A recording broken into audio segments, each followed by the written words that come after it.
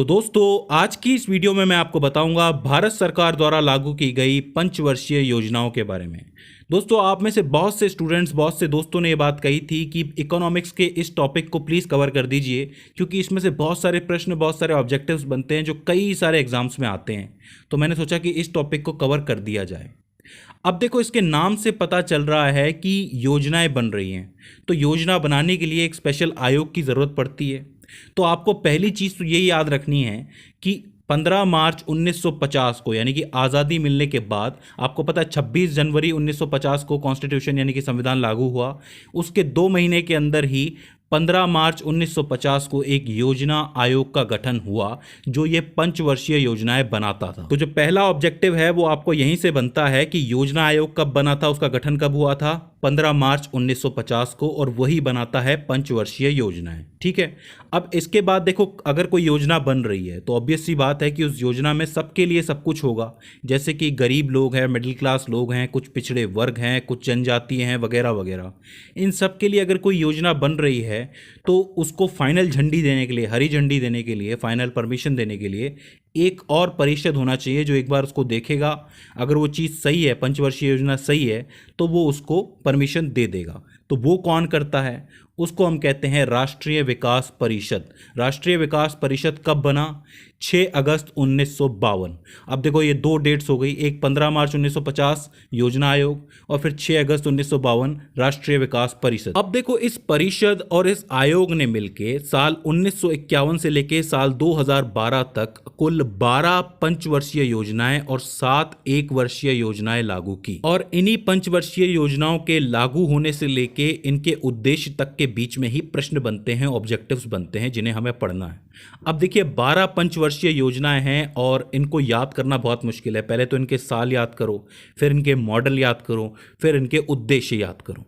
लेकिन मैं आपको एक ऐसी ट्रिक बताऊंगा जिससे आपको साल याद करने में कोई दिक्कत नहीं होगी, मॉडल याद करने में कोई दिक्कत नहीं होगी, और उद्देश्य याद करने में भी कोई दिक्कत नहीं होगी। तो शुरू करते हैं। देखो, इसमें सबसे पहली और इंपॉर्टेंट चीज आपको याद रखनी है कि पहली पंचवर्षीय योजना कब बनी? 1951 में बनी। और आखिरी यानी कि 12वीं पंचवर्षीय योजना कब बनी? 2012 में बनी। तो मतलब इनके बीच में 5-5 साल का गैप करके हर पंचवर्षीय योजना को हमें लिखना है। तो आप लिख सकते हो। देखो, 1951 से 1956 पहली, 1956 से 1961 दूसरी, 1961 से 1966 तीसरी। अब रुक जाओ, 66 से 69 यानी कि 1966 से 1969 तक का साल छोड़ दो, इसको यहाँ पे साइड में लिख दो। ठीक है।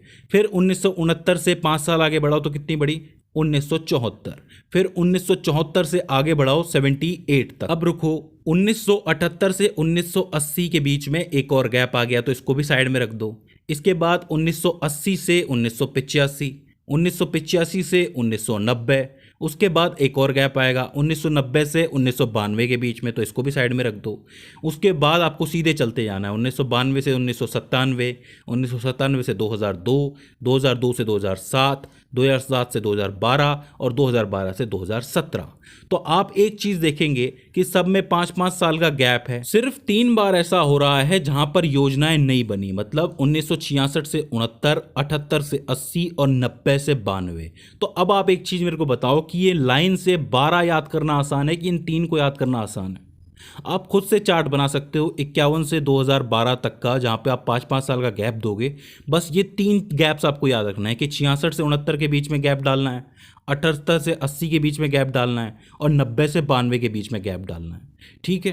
तो याद करना आसान हो गया इनको। 51 से 56, 56 से 61, 61 से 66, फिर गैप आ गया तो फिर 69 से 74, 74 से 78, फिर उसके बाद एक गैप और आ गया, फिर 80, 85, 85, 90, फिर एक और गैप आ गया, 92, 97, 97, 2002, 2002 से 7, 17 वगैरह वगैरह। तो इस तरीके से पहला कॉलम तो याद करना बहुत आसान होता है तारीखों का। ठीक है। अब बात करते हैं पहली पंचवर्षीय योजना के बारे में। देखो, पहली पंचवर्षीय योजना का जो मॉडल था उसको हम कहते हैं हेराल्ड-डॉमर मॉडल। इसको नाम को याद करना है, हेराल्ड-डॉमर मॉडल। और ये किससे रिलेटेड था? ये था कृषि से, मतलब कृषि के लिए कुछ काम किया गया, कृषि को बढ़ावा दिया गया, तो इस पहली पंचवर्षीय योजना के अंदर दिया गया। इस योजना में किसानों के लिए बहुत कुछ था, जैसे कि बीज हो गई, खाद हो गया या फिर मूल्य हो गया, मतलब जब वो बेचने आएगा फसल तो फसल का मूल्य क्या होगा, वो चीज़ हो गई। तो पहली पंचवर्षीय योजना कृषि के लिए थी। दूसरी पंचवर्षीय योजना 1956 से 61 के बीच में लागू की गई। इसको जो बनाया था प्रशांत चंद्र महालनोबिस, मतलब ये वाला जो मॉडल था पीसी महालनोबिस भी कह सकते हो उस मॉडल को, इसको आपको याद रखना है। इसमें क्या था, उत्पादन क्षेत्र, इसके अंदर मैं आपको बताऊं कि बहुत तेजी से उद्योग स्थापना की गई थी, मतलब बहुत से उद्योग थे जो इसी योजना के तहत लगाए गए थे। इस योजना का सबसे बड़ा कारण यह था कि इससे उद्योग बनेंगे तो उत्पादन ज़्यादा होगा, उत्पादन ज़्यादा होगा तो हम एक्सपोर्ट कर पाएंगे, मतलब चीज़ को बाहर बेच पाएंगे। इससे क्या होगा, हमारी अर्थव्यवस्था सुदृढ़ बनेगी। तो इसीलिए दूसरी पंचवर्षीय योजना आई थी। तो पहली में कृषि और दूसरे में उद्योग कह सकते हो आप लोग। तीसरी पंचवर्षीय योजना साल 1961 में आई 1966 तक के लिए। अच्छा, अब इसमें क्या था कि इसमें 3 मॉडल थे, 3 लोगों के मॉडल थे, एक सैंडी, एक चक्रवर्ती, एक महालनोबिस। अब ये महालनोबिस तो आप दूसरे वाले से याद रख सकते हो कि दूसरे वाले का मॉडल था, चक्रवर्ती आप मिथुन से याद रख सकते हो, और सैंडी तो सैंडी है ही। ठीक है, तो इसमें क्या था, इसमें मेन ये था कि गेहूं का उत्पादन में सुधार हो। अब गेहूं के उत्पादन में सुधार कब होगा, कृषि की मदद से होगा, और साथ ही औद्योगिकीकरण यानी कि जो उद्योग लग रहे हैं उसमें बहुत तेजी से काम हो सके। तो ये समझ लो कि पहला कृषि के लिए थी, मतलब पहली योजना कृषि के लिए थी, दूसरी उद्योग के लिए थी, तो तीसरी वाली किसके लिए है, कृषि और उद्योग दोनों के लिए। मिक्स कर दो, मतलब मिक्स अर्थव्यवस्था बनाओ। लेकिन ये जो टाइम पीरियड है ना 1961 से 1966 वाला, ये थोड़ा ड्रामेटिक था, मतलब इसमें बहुत सी चीजें हुई। साल 1962 में आप जानते हैं इंडो चाइना वॉर हुआ, मतलब चाइना के साथ, चीन के साथ हमारा युद्ध हुआ। उसके बाद 1965 में पाकिस्तान का युद्ध हुआ। तो बैक टू बैक 2 युद्ध आ गए और इसकी वजह से अर्थव्यवस्था पड़ गई कमजोर, मतलब सारा बजट कहाँ चला गया, रक्षा के पास, रक्षा बजट के अंदर चला गया। तो ऐसी स्थिति में ये योजना बुरी तरीके से असफल रही। तो ये सवाल पूछा जाता है कि सभी पंचवर्षीय योजनाओं में सबसे ज्यादा असफल योजना कौन सी थी, तो आप लिखेंगे तीसरी वाली 1961 से 66 के बीच में, सैंडी, चक्रवर्ती और महालनोबिस मॉडल वाले। ठीक है, इसके बाद आप देख सकते हैं एक अंतराल आ जाता है, गैप आ जाता है 1966 से 69 का। इस बीच में कोई पंचवर्षीय योजना नहीं आई। क्यों नहीं आई, क्योंकि अभी अभी मैंने बताया कि बैक टू बैक 2 युद्ध आ गए। अब 2 युद्ध आ गए तो पैसे की कमी हो गई। तो ऐसे में सरकार ने यह सोचा कि क्यों ना अपनी रीढ़ की हड्डी को दोबारा मजबूत किया जाए। अब भारत की रीढ़ की हड्डी क्या है, कृषि है, क्योंकि भारत जो है कृषि प्रधान देश रहा है। हालांकि आज भारत टेक्नोलॉजी में भी धीरे धीरे कर रहा है, ग्रोथ कर रहा है, लेकिन कृषि हमेशा से हमारा मेन मुद्दा रहा है। तो उस समय 1965 से 1968 के बीच में भारत में आई हरित क्रांति, यानी कि हर प्रयास से कृषि के क्षेत्र को मजबूत बनाना था, जिससे किसान मजबूत हो सके और हमारी अर्थव्यवस्था दोबारा सुदृढ़ हो सके।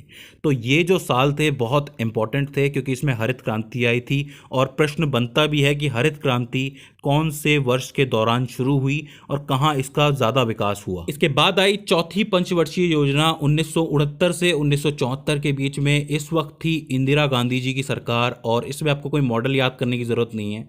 इस पंचवर्षीय योजना का जो मेन मुद्दा था कि हम स्वतंत्र अर्थव्यवस्था बनाएं, मतलब दूसरे देशों पे या दूसरी चीज़ों पे अपनी जो निर्भरता है उसको ख़त्म करके हमारी अर्थव्यवस्था को स्वतंत्र बनाया जाए। अब मैं एक चीज़ बता दूं आपको कि इसी दौरान इंदिरा गांधी जी ने बैंकों का राष्ट्रीयकरण भी किया था। ठीक है, लोगों का बैंकों पर विश्वास बैठाना बहुत ज़रूरी था। जैसे कि किसान हैं, उस टाइम पे वो बैंक आने से डरते थे, ठीक है, लेकिन उन्हें सरकार पे विश्वास था। तो ऐसे में कोई सरकारी चीज़ देख के वो तुरंत उसके पास जाते थे, मतलब अगर सरकारी बैंक है तो हमारा पैसा कहीं नहीं जाएगा। तो इसका मतलब स्वतंत्र अर्थव्यवस्था करने के लिए किसान को इस मेन स्ट्रीम में लाना बहुत ज़रूरी था। इसमें एक चीज़ और थी, अगर आप इस साल को गौर से देखोगे 69 से 74 के बीच में, इसमें 1971 बांग्लादेश मुक्ति युद्ध भी हुआ था, अगर आपको याद हो। तो उसमें भी हमारा थोड़ा पैसा लगा था, मतलब वो जो पैसा था वो रक्षा के अंदर चला गया था। और दूसरा क्या है कि मुक्ति वाहिनी को ट्रेन किसने किया था, इंडियन आर्मी ने किया था। तो ऐसे में थोड़ा खर्चा इस तरफ भी हुआ था, लेकिन ये पंचवर्षीय योजना अपने आप में सफल रही थी। इसके बाद आई 5वीं पंचवर्षीय योजना, जो शुरू हुई 1974 में और खत्म हुई 78 में। अब आप ये कह सकते हो कि अगर हम 5 जोड़ते हैं तो 79 होना चाहिए, 78 क्यों हो गया। देखो मैं एक चीज़ बताऊं, उस टाइम पे क्या है कि इंदिरा गांधी की सरकार गिर गई थी और मोरारजी देसाई की सरकार आई थी जो कि नॉन कांग्रेसी थी। तो उन्होंने इस पंचवर्षीय योजना को 1 साल पहले ही खत्म कर दिया था। ठीक है, इसका जो मॉडल था वो बनाया था डीपी धर ने, ये नाम आपको याद रखना है, डीपी धर मॉडल। और वहाँ पे एक नारा बड़ा फेमस हुआ था जिसको हम कहते हैं गरीबी हटाओ। गरीबी हटाओ मतलब गरीबों को मेन स्ट्रीम में लेके आओ, उन्हें फायदा दो, उन्हें रोजगार दो। ये जो योजना थी भले ही 4 साल चली हो, लेकिन गरीबी हटाओ के नारे से ये बहुत फेमस हुई थी, क्योंकि ये जो नारा था पूरे देश में फेमस था कि गरीबी हटाओ, गरीबी हटाओ। ठीक है, इसके बाद आती है 6वीं और 7वीं पंचवर्षीय योजना, जो कि 1980 से 1990 तक चली थी। अब देखो, इन दोनों को याद करना बहुत आसान है, क्योंकि इन दोनों योजनाओं का जो उद्देश्य था वो एक ही था। जैसे जो 6वीं थी, जो कि 1980 से 85 तक चली, इसका मॉडल था इनपुट आउटपुट मॉडल। ठीक है, और इसका जो नारा था वो ये था कि आप रोजगार बढ़ाओ।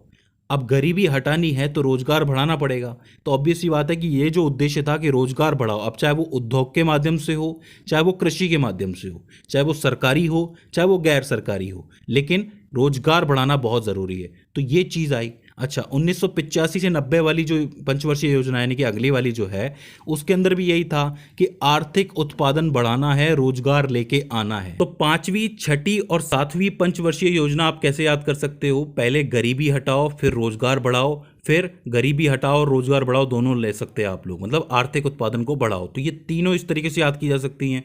ऊपर की जो 3 है वो कृषि, उद्योग, कृषि और उद्योग, और जो चौथी थी वो कौन सी थी? स्वतंत्र अर्थव्यवस्था। ठीक है, तो इन सातों को याद करना बहुत मुश्किल नहीं है। अच्छा, इसके अंदर मैंने एक चीज़ आपको नहीं बताई कि 1978 और 80 के बीच में जो गैप आया था, उस जहाँ पे मोरारजी देसाई की सरकार थी, वहाँ पे क्या हुआ था? देखो, उस टाइम पे सरकार ने एक एक वर्ष की योजनाएं लागू की थी। ठीक है, मतलब पंचवर्षीय योजनाएं ना लागू करके एक एक वर्ष की योजनाएं, जिसको हम लोग कहते हैं रोलिंग प्लान। ये सवाल जो है वो मुख्य रूप से पूछ लिया जाता है कि रोलिंग प्लान कौन से सालों में आए, या फिर रोलिंग प्लान कौन सी पंचवर्षीय योजनाओं के खत्म होने के बाद आए। तो आप कहोगे 5वीं पंचवर्षीय योजना के खत्म होने के बाद मोरारजी देसाई की सरकार में रोलिंग प्लान आए थे। इसी के साथ 1990 के बाद ये जो गैप आ रहा है 1990 और 92, क्योंकि आगे की पंचवर्षीय योजना मैं आपको बता चुका हूं, तो 90 और 92 के बीच में जो गैप आया था, इसमें क्या हुआ था? अब देखो, अगर आपकी याददाश्त तेज हो तो आपको पता होगा कि सरकार जो है या फिर देश जो है वो इस दौरान एक बहुत बड़ी आर्थिक मंदी से गुजर रहा था। बहुत ज़्यादा गरीबी आ गई थी, फॉरेन रिजर्व जो है वो भारत के बिल्कुल ख़त्म होने वाले थे। तो ऐसे में आए भारत की अर्थव्यवस्था के सबसे बड़े दिग्गज, आप सबसे बड़े दिग्गज इनको कह सकते हो, या फिर one of the very important person आप कह सकते हो, जिनका नाम है डॉक्टर मनमोहन सिंह। उन्होंने इस दौरान सरकार की मदद लेके एक पॉलिसी लागू की, जिसको हम कहते हैं लिबरलाइजेशन की पॉलिसी। इसमें क्या हुआ कि बाहर की जो विदेशी कंपनियां थी, उन्होंने भारत में दोबारा इन्वेस्ट करना शुरू किया, और उस इन्वेस्टमेंट की वजह से ही जो भारत है वो अपनी इकोनॉमी को वापस बूस्ट कर पाया, या फिर यूँ कह लो कि भारत वापस रिवाइव कर पाया। तो ये जो साल थे इकोनॉमी की दृष्टि से बहुत इंपॉर्टेंट साल हैं। इससे रिलेटेड बहुत से क्वेश्चंस बनते हैं, कभी और किसी वीडियो में इसको कवर जरूर करेंगे अगर आप कहेंगे तो। फिलहाल बात करते हैं 8वीं पंचवर्षीय योजना की। अब मैं आपको बता दूं कि 8 से लेके 12 तक जितनी भी पंचवर्षीय योजनाएं आएंगी उसके बीच में कोई गैप नहीं है, यानी कि 92 से 97 के बीच में आई एक और पंचवर्षीय योजना, जो कि डब्ल्यू मिलर मॉडल के चलते आई। मतलब इसका जो मॉडल था वो डब्ल्यू मिलर मॉडल था। देखो, अब तक कितने मॉडल हो गए हैं? अब तक 5 मॉडल हुए हैं। पहले वाले में हेराल्ड था, दूसरे में पीसी, तीसरे में 3 लोग थे, सैंडी, चक्रवर्ती, और फिर आगे कोई नहीं था, फिर डीपी धर आए, फिर इनपुट आउटपुट, अब डब्ल्यू मिलर मॉडल। ठीक है, तो इनको याद करना मुश्किल नहीं है। इसमें क्या था? इसमें सबसे अलग मुद्दा उठ के आया, मतलब अब तक ये मुद्दा कहीं नहीं उठा था।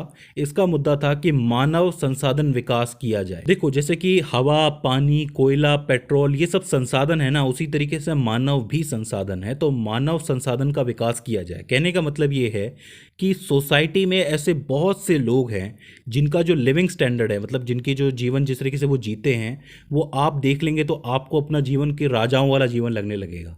तो उनका विकास करना बहुत ज़रूरी है, उनको भी ऊपर लाना ज़रूरी है, उनको अच्छी ज़िंदगी देना ज़रूरी है। तो ये जो मुद्दा है ये इसी पंचवर्षीय योजना के तहत उठा। इसके बाद आती है 9वीं और 10वीं पंचवर्षीय योजनाएं। 9वीं जो है वो 1997 से 1902 के बीच में है, और 10वीं जो है वो 2002 से 2007 के बीच में है। ये एक जैसी हैं, इनको याद रखना बहुत आसान है। इनके लिए जो मॉडल था वो था इनपुट आउटपुट मॉडल, दोबारा जैसे 1978 से 80 के बीच में था। इसमें क्या था? इसमें यह था कि सामाजिक न्याय दिया जाए, मतलब कई लोगों को न्याय नहीं मिल रहा है सामाजिक तौर पे, उनको न्याय दिया जाए, उनके साथ समानता की जाए और उनका आर्थिक विकास किया जाए। देखो, अगर आप देखोगे तो सोसाइटी में ऐसे बहुत से पिछड़े वर्ग हैं, जाति के वर्ग हैं, मतलब बहुत से ऐसे वर्ग हैं जिनके साथ भेदभाव किया गया है, जिनका आर्थिक विकास रोका गया है और जिनको सामाजिक न्याय नहीं मिलता है। तो उन सबको सामाजिक न्याय देने के लिए ही ये पंचवर्षीय योजनाएं आई थी। ठीक है। तो ये जो 97 से 2002 वाली थी और 2002 से 2007 वाली थी, ये सेम ही थी, मतलब इन दोनों का उद्देश्य बिल्कुल सेम था। और इसी तरीके से जो 11वीं और 12वीं पंचवर्षीय योजनाएं हैं जो कि 2007 से 2012 और 2012 से 2017 के बीच में चलती हैं, इनमें भी सेम ही उद्देश्य है। इनके अंदर भी आपको मॉडल याद नहीं करना है। 2007 से 2012 वाली जो पंचवर्षीय योजना है 11वीं, उसका उद्देश्य था समावेशी विकास। समावेशी विकास क्या होता है? हर किसी का विकास करना, चाहे वो किसी भी बैकग्राउंड से हो, चाहे वो ट्राइब से हो, मतलब कोई जनजाति है, कोई अनुसूचित जनजाति है, या फिर कोई पिछड़ा वर्ग है, या फिर औरतें हैं, बच्चे हैं, हर किसी का समावेशी विकास होना चाहिए। तो ये जो योजना है ये इसी के लिए बनी थी। इसी के तहत जो 12वीं पंचवर्षीय योजना है उसमें ये कहा गया कि ये जो काम हो रहा है समावेशी विकास का, इसको तीव्रता से करो। यानी कि लोग बहुत हैं तो सब तक विकास पहुंचाना है तो वो तीव्रतर होना चाहिए। इसके अलावा एक वर्ड और आता है इसके अंदर, संपोषणीय। तो तीव्रतर, संपोषणीय और आर्थिक विकास, समावेश विकास सबका हो सके। तो दोस्तों ये हैं 12 पंचवर्षीय योजनाएं जो कि आपकी 1951 से शुरू होकर 2012 तक आई, 2017 तक आई। 2015 के अंदर इसके बाद इस व्यवस्था को ख़त्म कर दिया गया। फिर एक नई चीज़ लाई गई जिसको हम लोग आज नीति आयोग के नाम से जानते हैं। नीति आयोग का जो गठन है वो 1 जनवरी 2015 को किया गया। ये क्या करता है? ये भी योजनाएं बनाता है। ये जो योजनाएं होती हैं वो 3 वर्ष की, 7 वर्ष की और 15 वर्ष की होती है, इसलिए इसको 3-7-15 प्लान भी कहा जा सकता है। ठीक है। अब नीति आयोग की बात हम लोग कभी और किसी और वीडियो के अंदर करेंगे, लेकिन ये जो आपको मैंने 12 पंचवर्षीय योजनाएं बताई हैं, इनके साल बताए हैं, इनके मॉडल्स बताए और इनके उद्देश्य बताए हैं, इनसे प्रश्न बनते हैं। तो दोस्तों मैं उम्मीद कर रहा हूं कि आपको साल याद करने में दिक्कत नहीं रही हो, उद्देश्य याद करने में कोई दिक्कत नहीं रही हो। और रही बात मॉडल्स की, तो मॉडल्स भी 4-5-6 ही हैं, उनको याद करना भी ज़्यादा मुश्किल नहीं है। तो दोस्तों मैंने ईजी से ईजी करके आपको समझाने की कोशिश की है। इसके बाद भी इसके अंदर आपको कोई कन्फ्यूज़न आता है तो आप हमें कमेंट सेक्शन में बता सकते हैं। तो दोस्तों आज की इस वीडियो के अंदर बस इतना ही। See you in the next one.